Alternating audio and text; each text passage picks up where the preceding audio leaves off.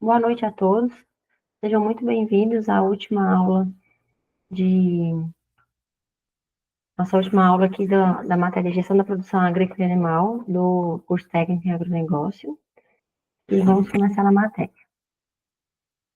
A gente vai começar falando aqui sobre a sucessão familiar, a família e a propriedade rural. A melhor forma de preservar o patrimônio é planejar a sucessão utilizando-se dos meios que a legislação coloca à disposição. E primeiro aqui a gente vai levantar quais são as vantagens desse planejamento dentro dessa sucessão familiar. Para que isso existe? Isso é para que não se perca o patrimônio, para que a família, que foi a fundadora, aquela que iniciou a produção animal, a produção agrícola, para que ela permaneça no ramo, né? Então, muitas vezes, em alguns casos, quando o pai da família, digamos assim, ou a mãe, aquele que estava à frente do negócio, venha a falecer, pode gerar muita desunião se essa sucessão familiar não for realizada de uma forma harmônica, de uma forma planejada, onde todos se sintam parte e não se sintam injustiçados. Porque se isso acontecer, o patrimônio geralmente é dividido e todo o esforço se perde, né? Inclusive o bem-estar dessa família e de todos os que estão envolvidos, né? Tanto o mercado, né? Aquelas pessoas que vendiam para esse para essa empresa rural, ou aqueles que compravam, e também as famílias que trabalhavam direto ou indiretamente com eles também. Então, vamos lá, quais são as vantagens do planejamento da sucessão familiar? Minimizar os riscos que podem atingir o patrimônio do empresário rural, garantindo a perpetuidade da sua obra, do seu empreendimento e dos resultados de suas expectativas. Transferir para os herdeiros uma situação mais bem planejada e protegida. Implementar, por fim, a possibilidade de um futuro mais seguro e menos conflituoso. Tá? E quais são os meios jurídicos para que seja feito esse planejamento sucessório? Existe a doação, o testamento e a constituição de pessoa jurídica. Nós vamos detalhar aqui cada um deles. A doação, a doação pode o empresário ou proprietário rural doar seus bens para futuros herdeiros, preservando, no entanto, para si o direito de continuar usufruindo desse patrimônio, né, que a gente é popularmente conhecido como usufruto. E ele é previsto no Código Civil, dos artigos 1390 ao 1411. E aqui tem algumas prerrogativas que têm que ser seguidas pelo proprietário, que é aquele que está efetuando a doação. Esse doador, esse proprietário, ele continua tendo direito à posse e ao uso e administração dos frutos que vêm oriundos desses bens. Então, ele passa esses bens aos seus sucessores, aquelas pessoas às quais ele quer fazer essa doação. No entanto, ele permanece usufruindo dos bens, por isso que a gente diz o usufruto. Tem direito a perceber os frutos e a cobrar as respectivas dívidas com aplicação do valor recebido de imediato em títulos da mesma natureza, ou em títulos de dívida pública federal, com cláusulas de atualização monetária segundo índices oficiais regularmente estabelecidos. Faz seus os frutos advindos do bem, quer dizer, ele permanece ali controlando tanto as dívidas quanto os recebimentos, né? Ainda ele tem o usufruto e também a responsabilidade sobre as dívidas dentro do período que ele tem esse usufruto.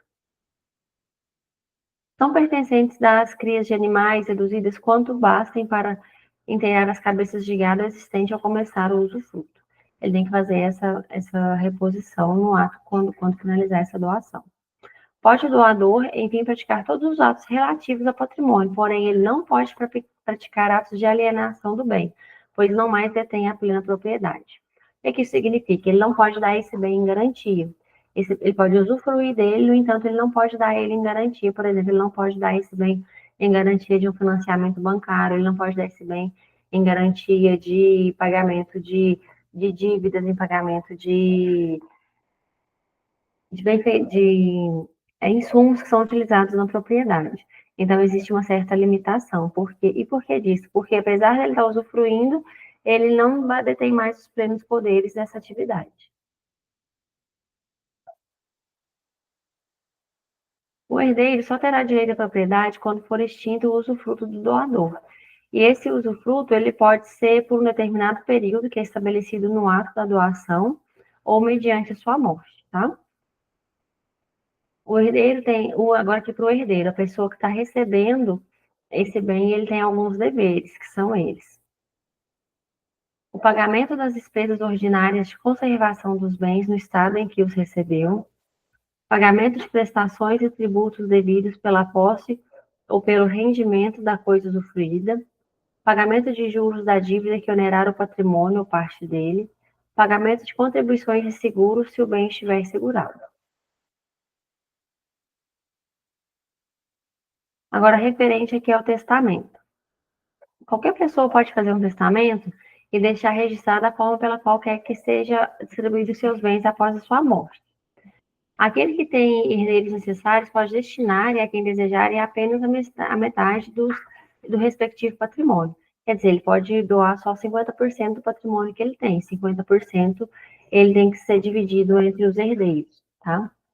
Que não estão dentro do testamento. Caso alguém escreva um testamento que supere a metade de seus bens, o Poder Judiciário reduzirá a cota até que se retorne aquela metade mencionada, os 50%. Ainda por meio do testamento, poderá o testador, na hipótese de sucessão legítima, deixar definidos quais os bens comporão cada uma das partes a serem entregues aos herdeiros. Ou seja, ele pode fazer o testamento colocando os bens, a metade desses bens que são resguardados por lei, que ele pode fazer essa distribuição, e ele pode designar o que ele quer que cada pessoa, dentro do que ele determinar, receba. Tá? Isso tudo pode ser feito através do testamento. Sobre a constituição da pessoa jurídica, primeiro a gente vai definir o que é a pessoa jurídica. Ela é um termo utilizado pela ciência jurídica para designar uma entidade que pode ser detentora de direitos e obrigações e a qual se atribui personalidade jurídica.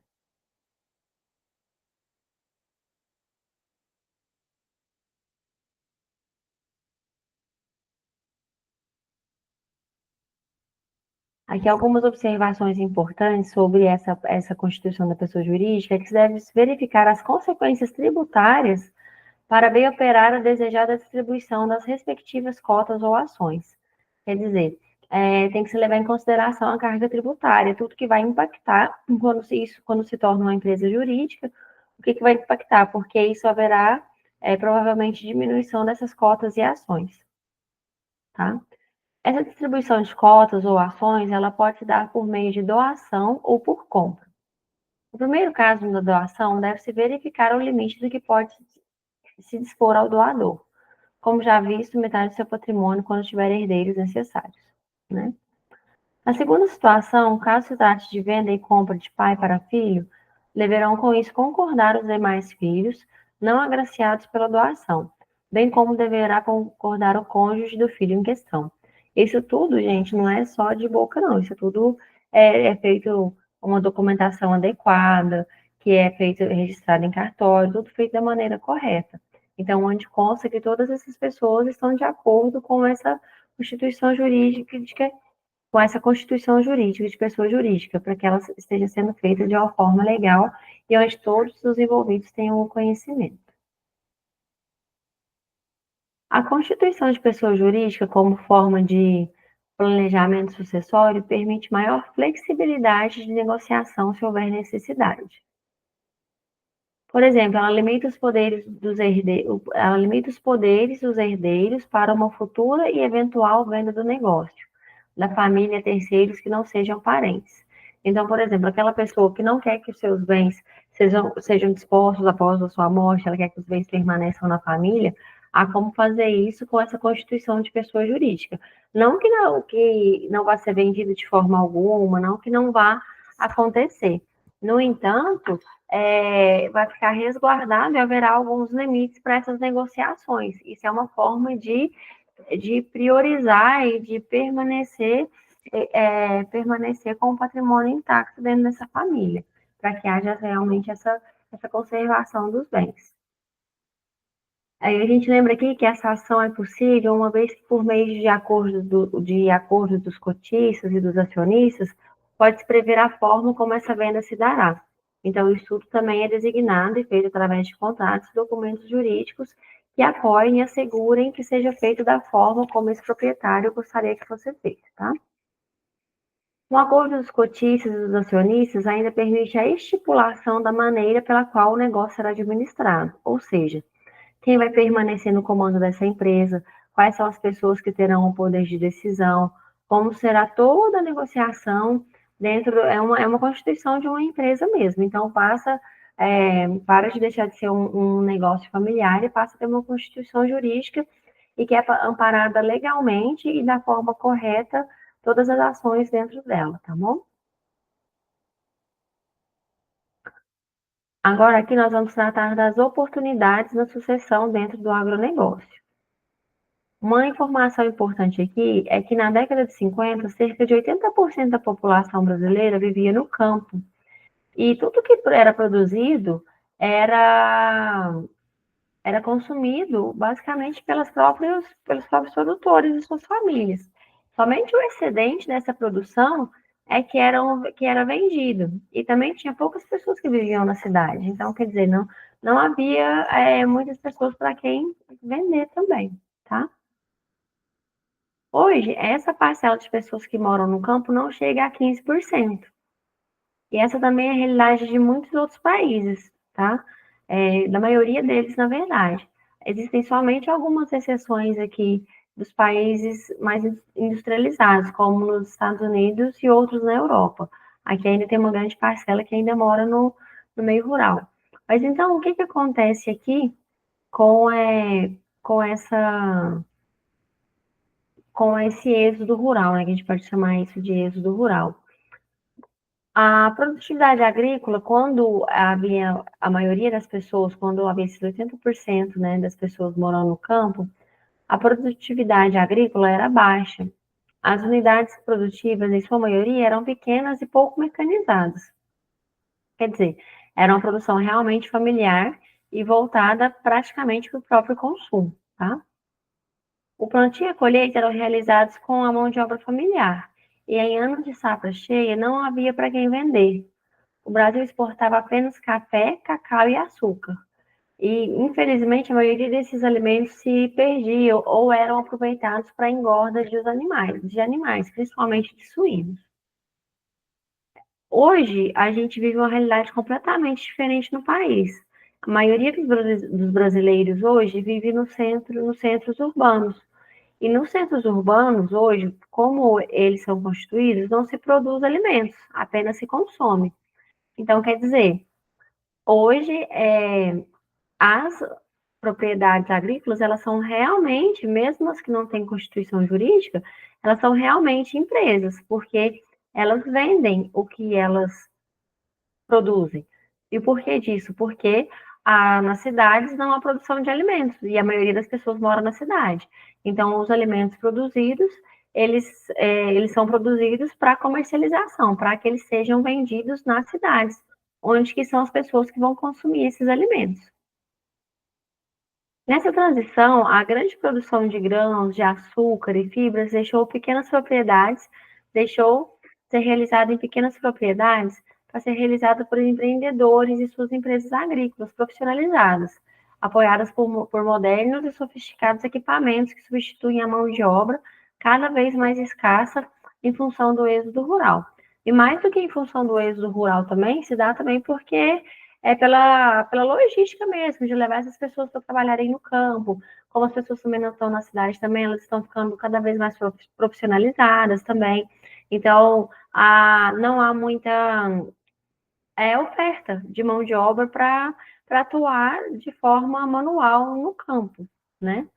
Então, por isso também nessa modernização. E também com as grandes commodities, né, como o milho, como a soja, cada vez mais é exigida realmente a mecanização. O algodão também, que entra aqui na parte de fibras.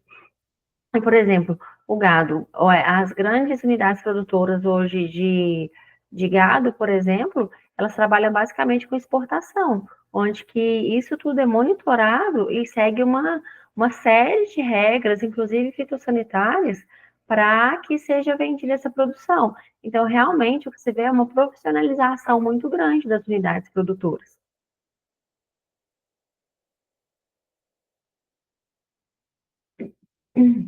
Aqui, mais uma vez, né? A maioria dos brasileiros vive em centros urbanos, locais onde não se produz alimentos, apenas os consome, que também é uma grande oportunidade para o agronegócio. Nessa transição, a grande produção de grãos, ela deixou de ser pequena, né? E ela passou realmente a ser feita por grandes produtores. Já a produção de carnes, de suínos, de aves principalmente, está concentrada em pequenas propriedades, integradas em sistemas empresariais que se encarregam de todo o processo, menos da mão de obra. Então, aqui a mão de obra, o que é isso? Por exemplo, é principalmente de aves, a granja, né? Geralmente, o produtor que tem uma granja, ele vende especificamente para aquela indústria e aquela própria indústria fornece para ele todas as condições de produção, como, por exemplo, assistência técnica, como a venda de insumos, tudo que é necessário, o acompanhamento dessa produção, está de acordo também com as regras fitossanitárias. Então, quer dizer, é quase um sistema integrado, um sistema fechado. Eles só não entram nessa questão da mão de obra. E como a gente pode ver, esses dias até passou no Globo Rural, algumas grandes, no Mato Grosso do Sul mesmo, se eu não me engano, é onde a mecanização é assim, é muito grande. Praticamente não se põe a mão, praticamente não gasta a mão humana de uma forma relevante dentro dessas produções. A própria família já consegue fazer esse manejo, esse manuseio, porque realmente a mecanização está grande. E isso também é uma oportunidade dentro do agronegócio, porque isso também gera emprego, né?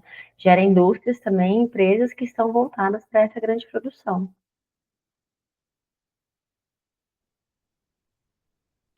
Aqui a gente vai dar, a China é um exemplo assim, a China tem bilhões, né, de habitantes, então o que impressiona aqui, né, a gente vai usar um exemplo impressionante deles aqui, é que mais de 300 milhões de chineses, eles migraram das zonas rurais para cidades em busca de trabalhos com melhor remuneração do que os campos. Aí qual que foi a consequência disso? Esse país que se autoabastecia com alimentos vindos da produção rural, ele se abastecia até por volta ali dos anos 90. Hoje ele é o maior importador de alimentos do mundo, quer dizer. Então, esse êxodo rural, essas pessoas que saíram do campo e foram para a cidade em busca de melhores condições, deixaram esse vazio, digamos assim, né? Porque as pessoas não param de comer, né? A produção agrícola ela é essencial ao sustento e à vida humana. Então, como solução, eles encontraram a questão da importação. Hoje eles importam muitos alimentos. A gente vai utilizar aqui como, por exemplo, a importação de soja. Ela teve início com pequenas quantidades, isso pela China, tá bom? Em 1991 e aí, em 2013 ele aproximava-se de 70 milhões de toneladas.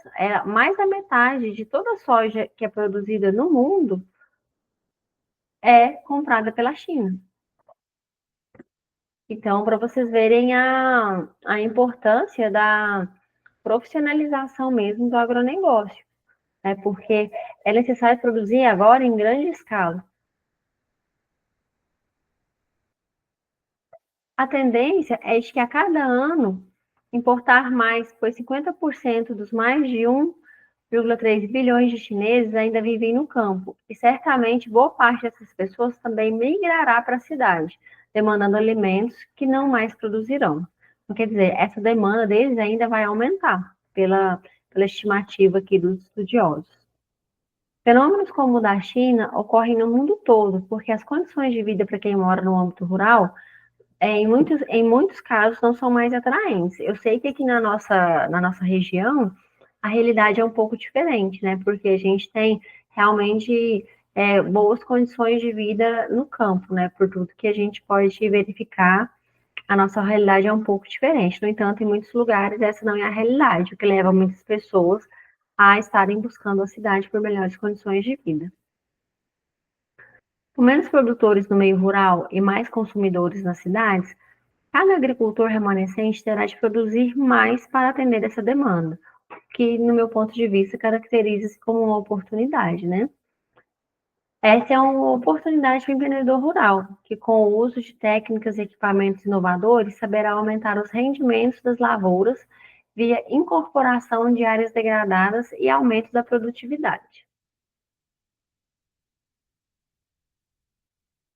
Aqui é um estudioso chamado Malthus, do século XVIII, ele previu mortes por fome e inanição, pois, segundo ele, a população cresceria mais rapidamente do que a produção de alimentos. Só que o que ele não previu foi a capacidade dos agricultores de aumentarem a sua produtividade. Ele fez esse estudo baseado nas informações que ele tinha na época. Hoje, o agronegócio ele é altamente mecanizado, ele é altamente profissionalizado, profissional, e ele tem, assim, cada vez mais escalado altos níveis de produtividade. Então, essa previsão dele aqui não se confirmou, tá? De acordo com a Organização das Nações Unidas para a Alimentação e Agricultura, a FAO, a taxa de expansão da fronteira agrícola ela tende a aumentar. Nos próximos 30 anos, os países desenvolvidos necessitarão de um incremento de 120 milhões de hectares para a produção agrícola. Isso é muita coisa, né? Muita terra.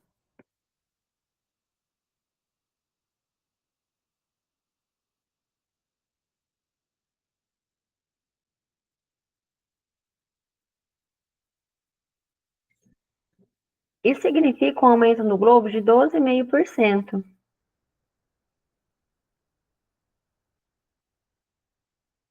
Por todo o planeta, existe uma grande quantidade de áreas agrícolas que ainda vai ser devastada, que ainda precisa é, ser aberta mesmo as áreas agrícolas ainda, e isso sem mexer nas áreas de preservação, tá bom, gente? Ressaltando isso aqui. A segunda alternativa também para o aumento de produção de alimentos é a maior produtividade, igual a gente comentou anteriormente. A cada vez mais, a cada ano que se passa, a gente tem mais sementes de qualidade, a gente tem mais investimento genético na produção animal, a gente tem cada vez insumos mais eficientes mesmo, né, dentro dessa produção. Maior produção por unidade de fator utilizado, em especial o fator terra. Quer dizer, cada vez mais, apesar de ter essa área para expandir, não é um processo fácil abrir terras para o plantio, então cada vez mais vai sendo realmente utilizado de uma melhor forma a terra, tá bom?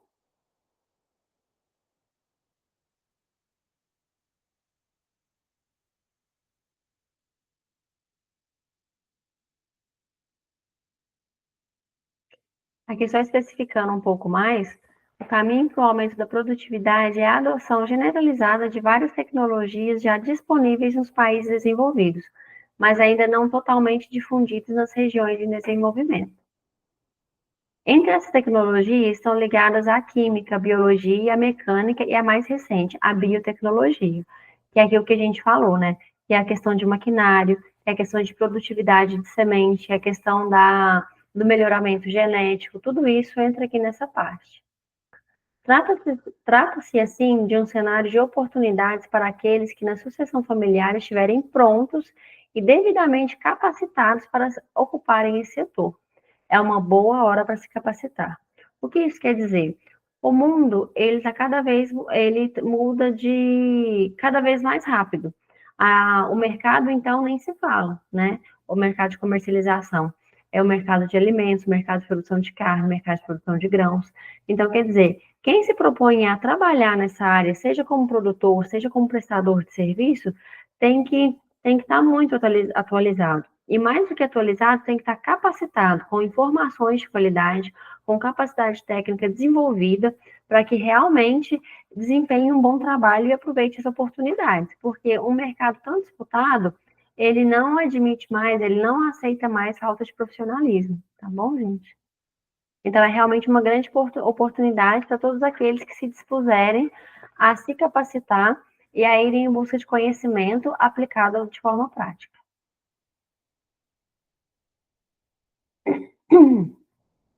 Agora que nós vamos entrar no associativismo e cooperativismo. Primeiro, a gente vai começar com a descrição dessas duas palavras, né? O que significa associativismo? O que significa cooperativismo? Então, o associativismo são meios de organizar grupos de interesse econômico autossustentável por meio de agregação e de conjunção de esforços. O cooperativismo, ele é em uma empresa constituída por trabalhadores em que cada um tem direito apenas a um voto, e os lucros são distribuídos segundo o valor das operações feitas pelos sócios. Então, vamos aqui aprofundar mais no cooperativismo. O que é o cooperativismo? O cooperativismo ele teve seus primórdios no século XVIII e ele pretendia constituir uma alternativa política e econômica ao capitalismo. Tá? O que significa? Que ele queria proteger alguns grupos de pessoas que prestavam determinado serviço ou que tinham determinado produto para que elas tivessem melhor qualidade de vida e elas pudessem comercializar de uma forma melhor os seus produtos e serviços. Eliminando o patrão e o intermediário, concedendo ao trabalhador a propriedade de seus instrumentos de trabalho e a participação nos resultados de seu próprio desempenho. Reformadores sociais, socialistas utópicos ou socialistas criaram cooperativas de produção.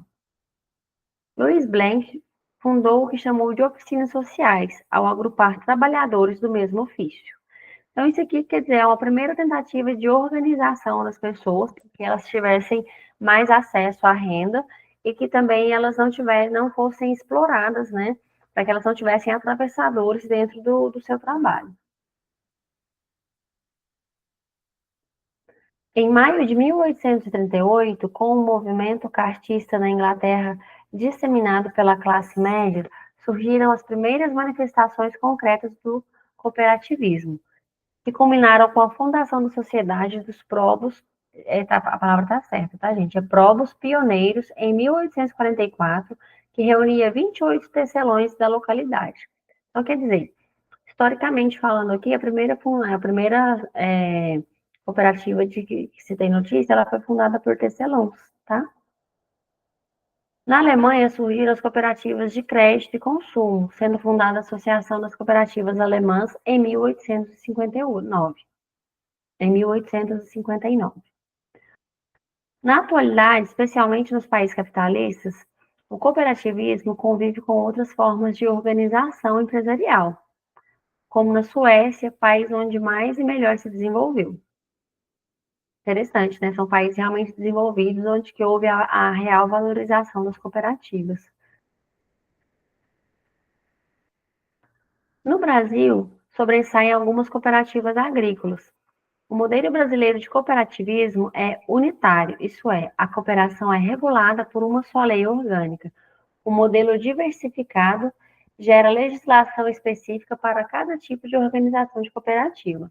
Aqui a gente não vai adentrar aqui muito na legislação, não, porque vocês já tiveram essa matéria, mas aqui é realmente só uma recapitulação, tá? O cooperativismo é a doutrina que preconiza a colaboração e a associação de pessoas ou grupos com os mesmos interesses a fim de obter vantagens comuns em suas atividades econômicas, né? E é preservar realmente o direito dessas pessoas sobre o trabalho delas. Como fator econômico, o cooperativismo atua no sentido de reduzir os custos de produção, obter melhores condições de prazo e preço e edificar instalações de uso comum.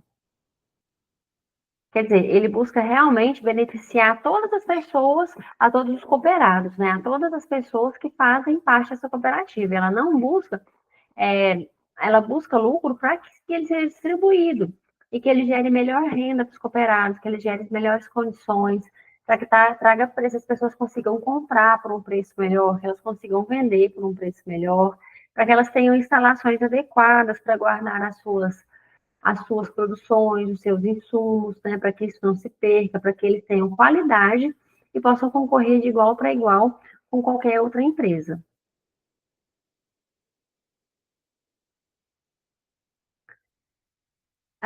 O cooperativismo tem por fundamento o progresso social, desculpa, tem por fundamento o progresso social da cooperação e do auxílio mútuo, ou seja, segundo o qual aqueles que se encontram em situação desvantajosa de competição conseguem, pela soma de esforços, garantir a sobrevivência. Por exemplo, aquele pequeno produtor que ele não teria, por exemplo, um pequeno produtor de leite, que ele não conseguiria ter um bom ganho, que talvez assim eles nem iriam buscar a produção dele, né? O caminhão leiteiro nem iria buscar a produção dele. Com a soma de esforços, com mais pessoas trabalhando dentro dessa cooperativa, com mais vizinhos, ele consegue ter uma força maior e ele consegue sobreviver. O seu negócio consegue sobreviver e de uma forma digna, né? Que é o mais importante. Será considerada uma cooperativa, seja qual for a constituição legal, toda associação de pessoas que tenham por fim a melhoria econômica e social de seus membros pela exploração de uma empresa baseada na ajuda mínima. Esses são os princípios de Rochdale, tá bom? Quer dizer, então, a cooperativa ela realmente existe para trazer um melhor sustento, uma melhor vida para os cooperados que nela estão envolvidos, tá? E os princípios de... E o que são esses princípios de Rochdale? Então, como que funcionaria uma cooperativa? Os cooperados, eles têm que ter adesão voluntária e livre. Ninguém pode obrigar eles a entrarem se eles não quiserem. Eles que têm que ter essa vontade de fazer essa participação. Eles que têm que procurar a cooperativa, no caso. A administração dela é democrática, ou seja, todos votam, todos participam das decisões.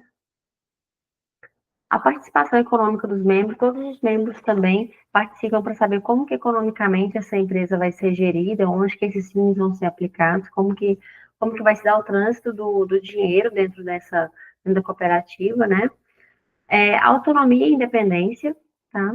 A neutralidade política e religiosa, né? Isso daqui não pode entrar na questão das cooperativas. A intercooperação, que é a colaboração de todos, e o interesse pela comunidade. A cooperativa tem que auxiliar também a comunidade, tá? Não é só os cooperados, não.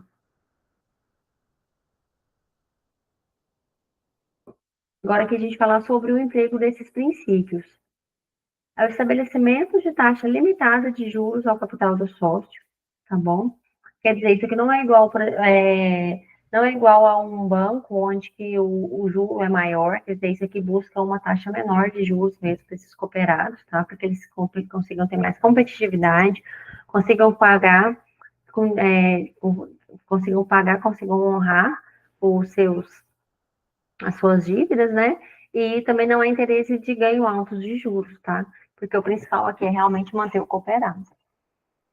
Aproveitando de sobras eventuais dos cooperados que podem ser destinadas ao desenvolvimento da cooperativa, aos serviços em comum e aos associados proporcionalmente às suas operações. O que isso quer dizer? O que sobra tem que ser revertido em benefício dos cooperados, seja assim, e não, por exemplo, de alguns, é uma coisa que vai ser boa para todos, né? O que, por exemplo, dentro dessa associação, dentro dessa cooperativa, o que mais eles estão precisando?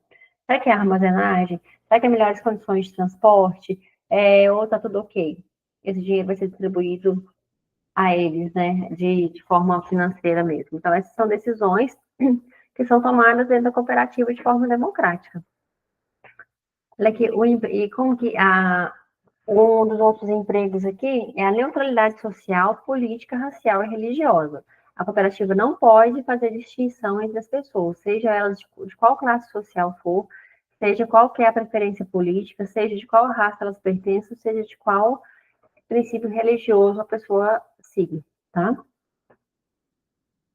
Ativa colaboração das cooperativas entre si e em todos os planos, local, nacional e internacional. E aqui também fala do intercâmbio entre as cooperativas. Aqui fala que elas também têm que estar, que elas têm que colaborar entre si, não apenas, né, para poder manter essa qualidade desse serviço prestado ao cooperado. Constituição de um fundo de educação dos cooperados e do público em geral. O que é isso? Parte do que a cooperativa arrecada, parte do dinheiro que ela tem que ser investido em educação para os próprios cooperados, em cursos de capacitação. Esse valor tem que voltar em forma de educação para os cooperados. Então, assim, o que é uma cooperativa, então? Ela é uma sociedade cujo capital é formado pelos associados e tem a finalidade de somar esforços para atingir objetivos comuns que beneficiem a todos. Existem muitos tipos de cooperativa, tá, gente? Aqui na nossa região é muito comum as cooperativas rurais, como, por exemplo, a Copercitros, que é uma grande cooperativa, mas existem outras cooperativas. Aqui, a cooperativa de produção. Ela comercializa bens produzidos por seus membros, tá? Cooperativa de consumo. Compra bens de consumo e revende aos seus associados a preços mais baratos do que os do mercado. Cooperativas de crédito. Fornece recursos financeiros aos seus associados. Cooperativa de serviços. Presta serviços como transporte de carga, abastecimento de água, distribuição de energia, dentre outros. Então, tem vários tipos de cooperativa, né? Não só o que a gente está habituado a ver aqui. Aqui agora eu vou compartilhar com vocês aqui um quadro comparativo que a gente tem aqui do associativismo versus o cooperativismo para que a gente possa fazer essa distinção.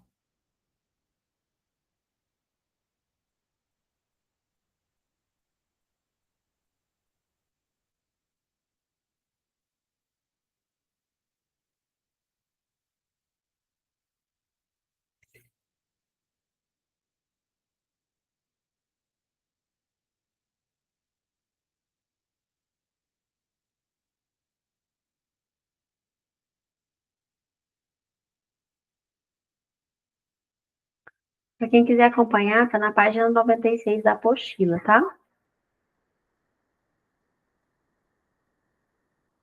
Aqui o conceito. A associação ela é uma sociedade civil sem fins lucrativos. A cooperativa é uma sociedade civil com fins econômicos sem objetivo de lucro.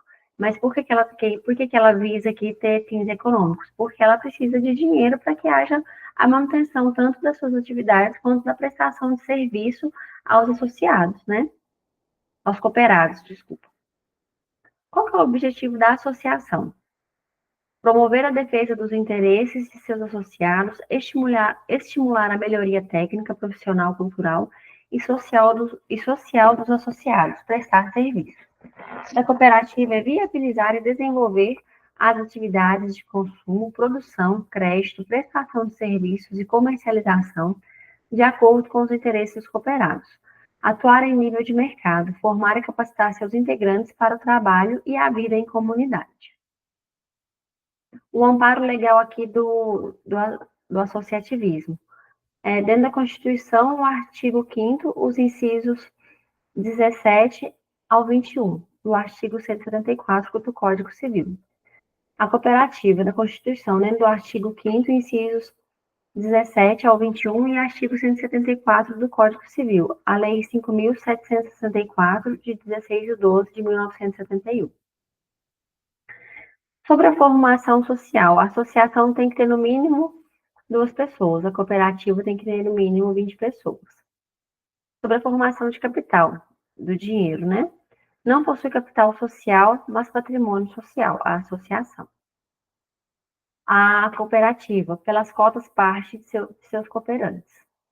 As formas de gestão. Dentro da esse daqui é igual. Cada associado tem direito a um voto, tanto na associação quanto na cooperativa.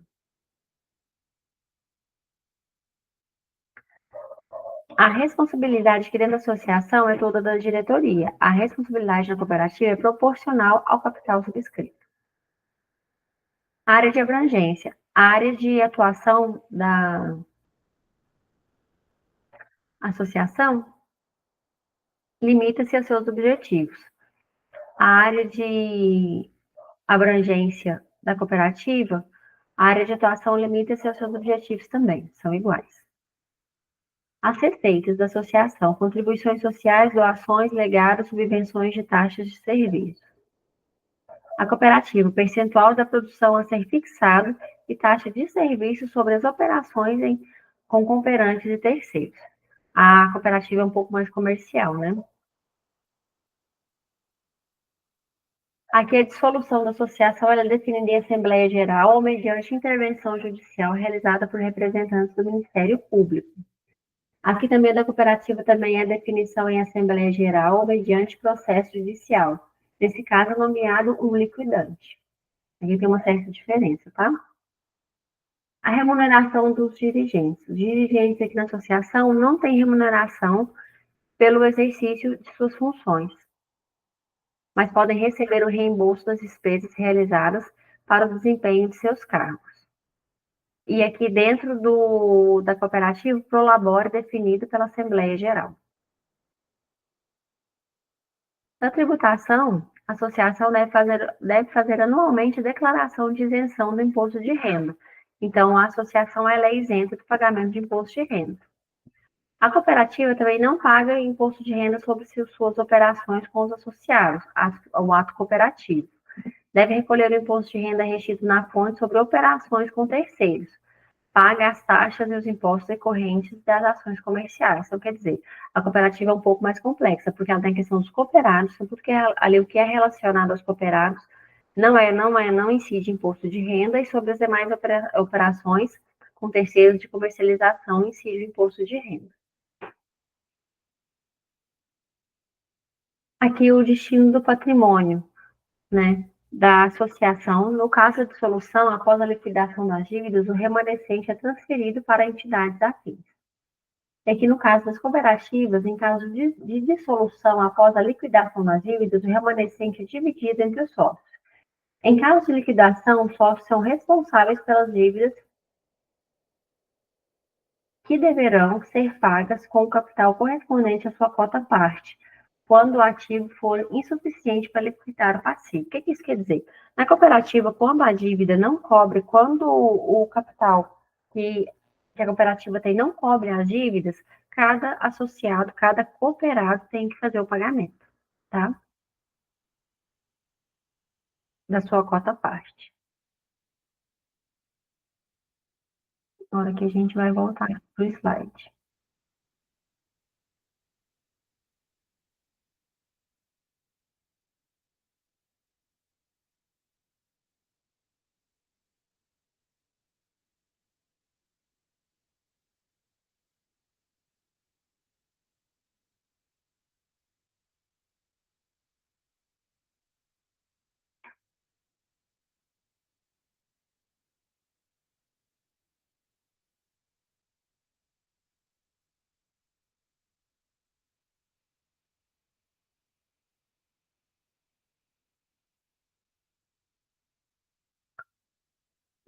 As cooperativas no Brasil, historicamente, têm notícia de movimentos cooperativistas desde 1890. No entanto, considerado mesmo a partir do decreto número 979, de 6 de janeiro de 1903.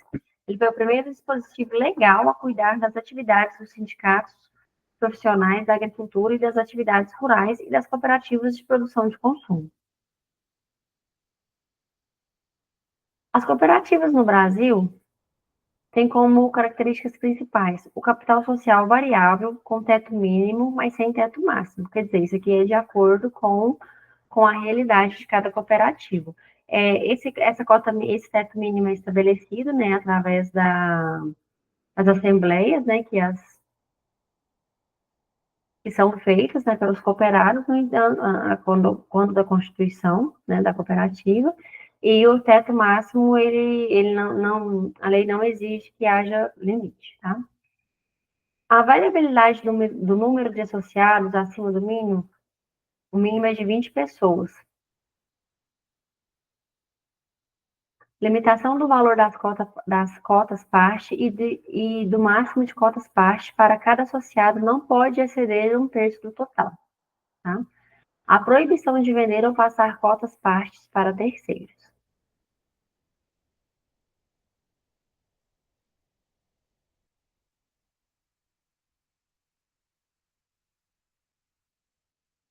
É necessário que se haja uma quantidade que é pré-determinada anterior à reunião, né?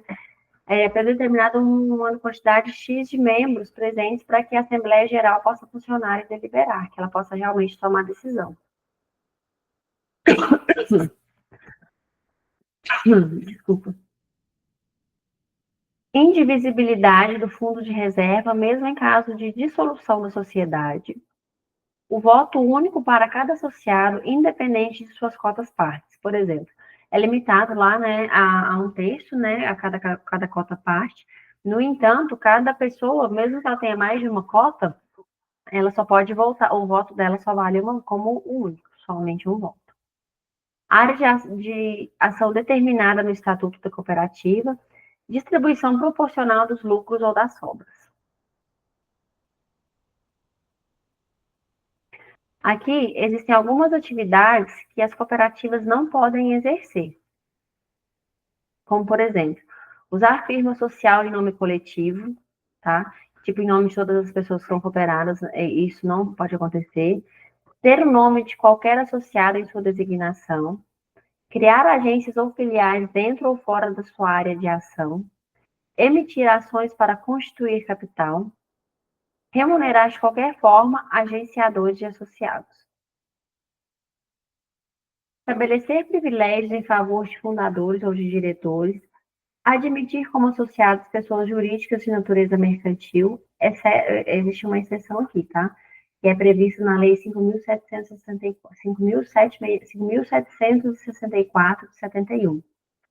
Fundações, corporações e outras sociedades civis, cobrar prêmio pela admissão de novos associados, participar de manifestações políticas ou religiosas, especular sobre a compra e venda de títulos.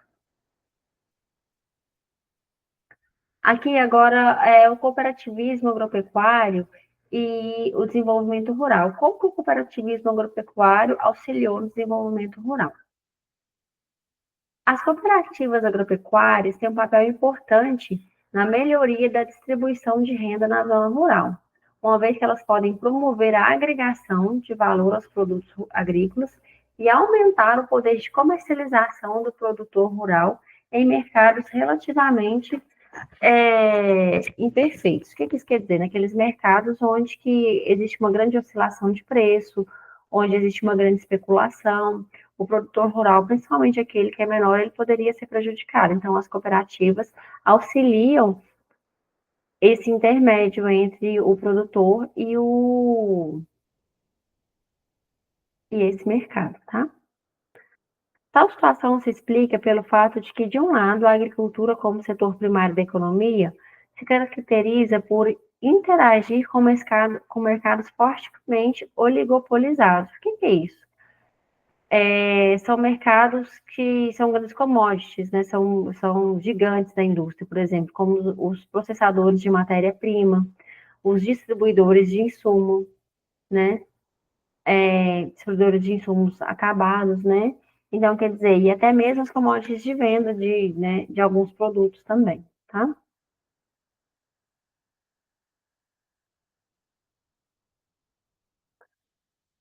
Do outro lado, os agricultores participam de um mercado com estrutura muito competitiva e colocando-os como mero tomadores de preço, tanto no momento da compra de insumos como na venda de seus produtos. Ou seja, como ele, perante esse mercado, ele não tem uma significância tão grande a sua produção, ele não consegue ter uma boa atuação, ele não consegue, digamos assim, brigar por melhores preços no ato da compra e nem por melhores preços no ato da venda.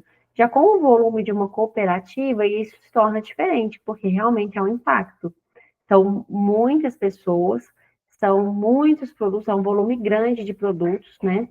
Por exemplo, nas cooperativas de café, como por exemplo nas cooperativas leiteiras. Então, as cooperativas conseguem brigar por um preço melhor, tanto de compra quanto de venda.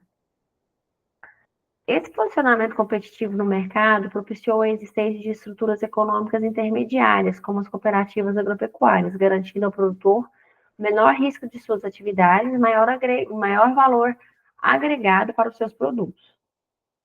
O cooperativismo deve praticar de maneira autêntica os valores e os princípios cooperativos, principalmente elevando as condições materiais de vida para a melhoria da renda dos seus associados.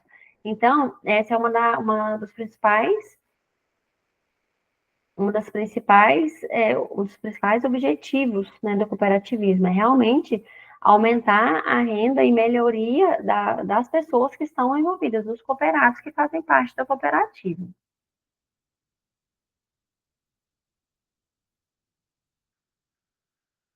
Foi feito no estado de São Paulo alguns levantamentos estatísticos e pôde-se comprovar que para cada 10% de aumento na proporção de cooperados, há um provável aumento médio de 2,5% na renda dos produtores rurais da região. Então, quer dizer, quanto maior o número de cooperados numa cooperativa, maior é a renda desses cooperados, das pessoas dessa região onde elas estão inseridas. Onde há a presença das cooperativas, há também melhores preços para os produtores agrícolas, valores mais baixos de insumos demandados pelos produtores rurais. Então, quer dizer, compra-se melhor e vende-se melhor. A melhoria da renda média do produtor rural também está relacionada ao aumento da produtividade alcançado nos empreendimentos agropecuários assistidos por cooperativas.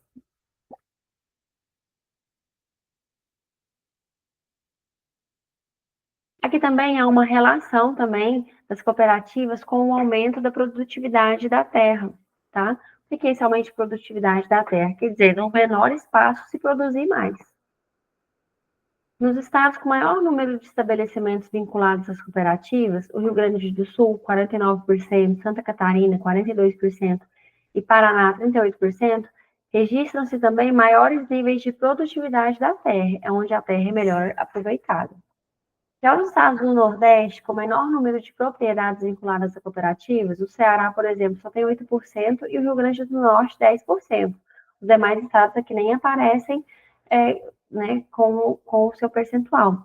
Eles apresentam baixa produtividade da terra, de acordo com o Melegari, a atualização de 2000. Quais são aqui as características imprescindíveis das cooperativas? Desde os primórdios,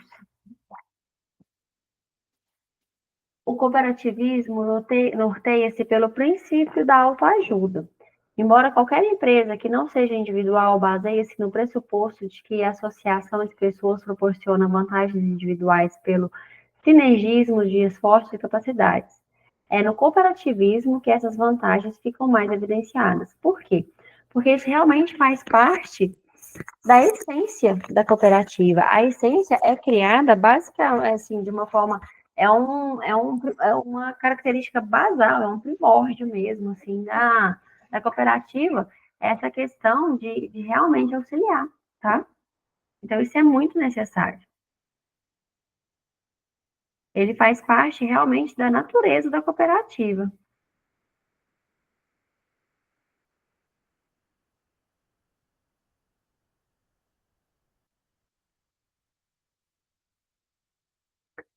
A autorresponsabilidade. A consequência do ato cooperativo, com certeza, é a maior distinção entre uma sociedade cooperativa e outros tipos de sociedade. O que é essa consequência do ato cooperativo? É igual a gente falou. Todos os cooperados são responsáveis pelos lucros e pelas perdas. Então, se uma cooperativa, se ela não consegue mais honrar as suas despesas, as suas dívidas, ela teria que finalizar as suas atividades. No entanto, cada cooperado é responsável pelo pagamento, tá? De acordo com a sua conta.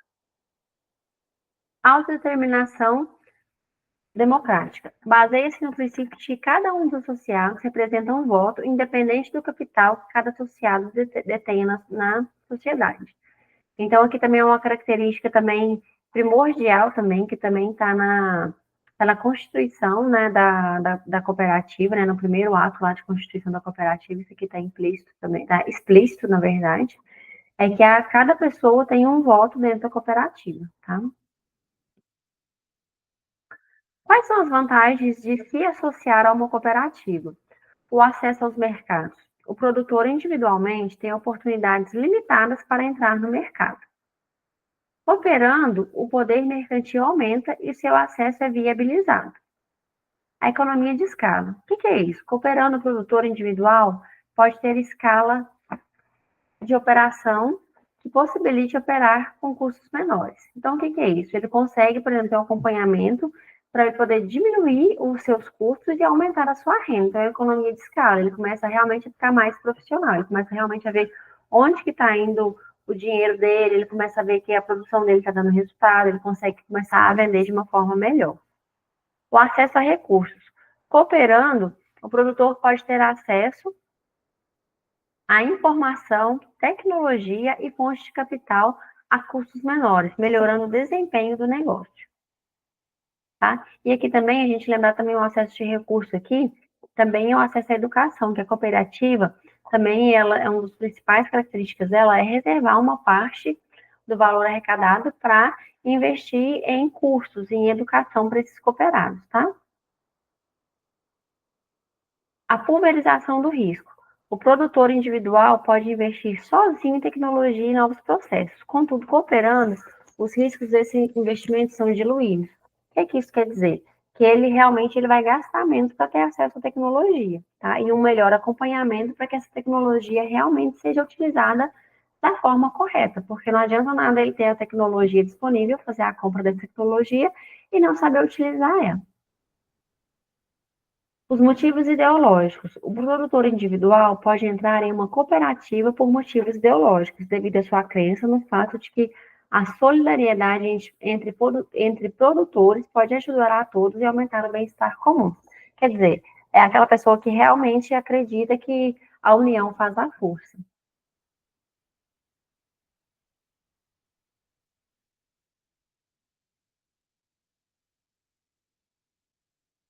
Aqui a gente vai entrar aqui nos desafios do cooperativismo, porque também, né, nem só de flores se vive, né, uma cooperativa. Ela também tem algumas questões que têm que ser olhadas como desafios e tem que se ter muita atenção a eles para que isso não comprometa o negócio. O grande desafio das cooperativas agropecuárias é encontrar o equilíbrio entre os interesses, entre o interesse econômico, social e político dos seus associados. Como são muitas pessoas, existem muitos interesses, além do interesse mercadológico de sobrevivência da cooperativa. Então, são várias forças para serem equilibradas dentro da cooperativa, tá? O interesse econômico reside no crescimento mútuo dos patrimônios líquidos do associado e da cooperativa. Isso quer dizer que há interesse em ganho real e melhoria em termos financeiros, tanto individualmente dos cooperados, quanto de uma forma de grupo, que é a cooperativa. O interesse social está ligado aos serviços que os associados e suas respectivas famílias recebem da cooperativa. O interesse político leva a disputas internas pelo poder, como também a representatividade da cooperativa e de seus associados perante a comunidade. Que é isso? É quando o individualismo sobressai ao cooperativismo, quando os interesses de alguns sobressaem ao interesse coletivo, onde começa a ter realmente conflitos, começa a ter atritos, e a cooperativa passa a não ter mais aquela imagem e nem aquela prestação de serviço que era esperada perante a comunidade.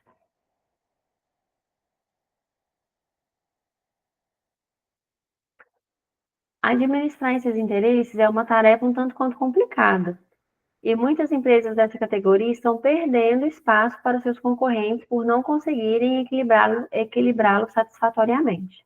Um exemplo que a gente tem aqui de uma empresa que não conseguiu fazer esse equilíbrio entre ganho, entre posicionamento de mercado, entre acompanhamento, é a extinta Capal, da cidade de Araxá. Eu acho que todos já ouviram falar dela, né? Como é que fala? É o desenrolar de desafios não vencidos, né? Onde que começou a haver mais dificuldades do que acertos, do que realmente ganhos. Então, isso leva realmente à finalização das cooperativas, se esses desafios não forem realmente levados a sério, se eles não forem corrigidos e sanados em tempo oportuno, tá? O cooperativismo tem características peculiares. Ele compõe o único setor da economia cuja doutrina tem sua ênfase no equilíbrio entre o econômico e o social, o qual se instala como seu primeiro desafio diante da globalização, pois exige eficiência e competitividade. Quer dizer, mas ao mesmo tempo, apesar a eficiência e a competitividade são primordiais para a manutenção da cooperativa no mercado. né? No entanto, ela não pode perder de vista os seus interesses sociais, que também fazem parte da sua história, que também fazem parte dos seus primórdios, né? Então, isso é um desafio muito grande, equilibrar equilibrar essas forças. Tal fato implicará necessariamente o aprimoramento de gestão, a redução de custos, a demissão de funcionários e maus cooperados e o tratamento diferenciado para os associados em função do tamanho, da eficiência e da reciprocidade. O que isso quer dizer? Quando não há esse equilíbrio, começa a haver distinção entre os cooperados dentro da cooperativa, e isso se torna um problema, porque uma das principais características da cooperativa é que realmente todos sejam tratados como iguais, certo? Com as pressões impostas pelo novo ambiente, seja pelo mercado, seja pela ação regulatória do Estado, o cooperativismo foi desafiado a adaptar-se urgentemente antes que perdesse a sua importância efetiva como sistema econômico e de produção e prestação de serviço. Porque se ele não se adaptar, ele perde a sua finalidade. Para conseguir sobreviver, as cooperativas tiveram de enfrentar o enorme desafio de agir como empresas privadas no mercado, além de terem que preservar suas relações com os cooperados, que são, ao mesmo tempo, donos, clientes e fornecedores. Então, pensa, atender uma pessoa enquanto dona, enquanto cliente e enquanto fornecedor. É uma tarefa realmente de equilibrar muitas forças, né? E há que se haver muito profissionalismo, há que se haver muita participação dos cooperados nas assembleias para ver se a cooperativa realmente está seguindo dentro daquilo que foi estabelecido. Então, é realmente assim, é muito importante essa comunicação realizada de forma eficiente para que os objetivos não sejam perdidos, né?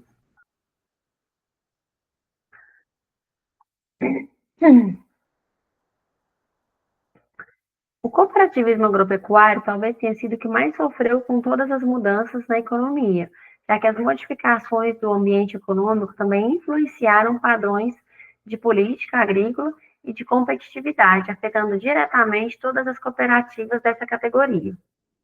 O afastamento do Estado de suas funções tradicionais, assistência técnica e política de preços mínimos de crédito, levou ao aumento do passivo oneroso das cooperativas.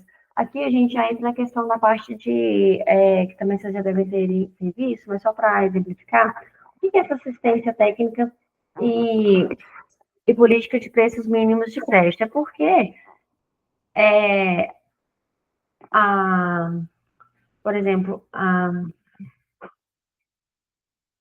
Embra, Embrater, né, as empresas de assistência e de extensionismo rural, que são prestadores de serviços do governo e elas são reguladas, né? Ela tem uma legislação que regula elas também. Mas o que acontece? Havia uma maior na década de 80 e um pouco anterior, até um pouco na década de 90 também, havia uma influência do governo diretamente nessa questão dos preços, que apoiava também as cooperativas. No entanto, o governo, digamos assim, tirou o pé dessa questão. Esse assistencialismo ele ficou um pouco mais afastado, essa questão de crédito. Então, isso foi um pouco mais sendo tomado conta pelo mercado. Quer dizer, então, a cooperativa teve que assumir parte, né, tanto dessa assistência técnica quanto dessa questão de crédito, mesmo as cooperativas rurais, as cooperativas de crédito, que também tem essa finalidade, no entanto, também havia mais apoio. Então ficou mais oneroso, que ficou mais caro, dificultando um pouco mais também é, a sobrevivência das cooperativas, tá?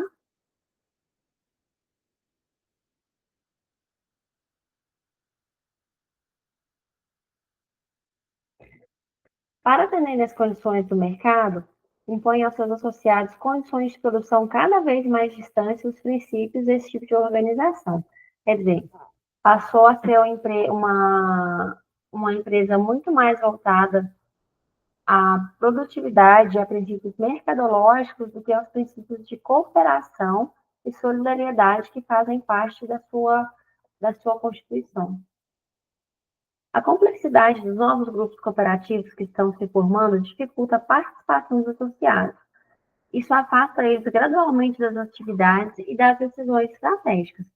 À medida que a pirâmide se eleva, o risco de se perder o contato com a base também cresce. Quer dizer, a comunicação entre os produtores e a diretoria, está ficando cada vez mais difícil a tomada de decisão aqui, os produtores aqui. Só que isso gera uma perda enorme, tanto para quem está em cima quanto para quem está embaixo. Para quem está embaixo, porque não tem tanto poder mais nas decisões estratégicas, e para quem está em cima, porque vai cada vez ficar mais distante da realidade dos produtores. E será que as cooperativas vão conseguir manter seus fins se isso continuar acontecendo?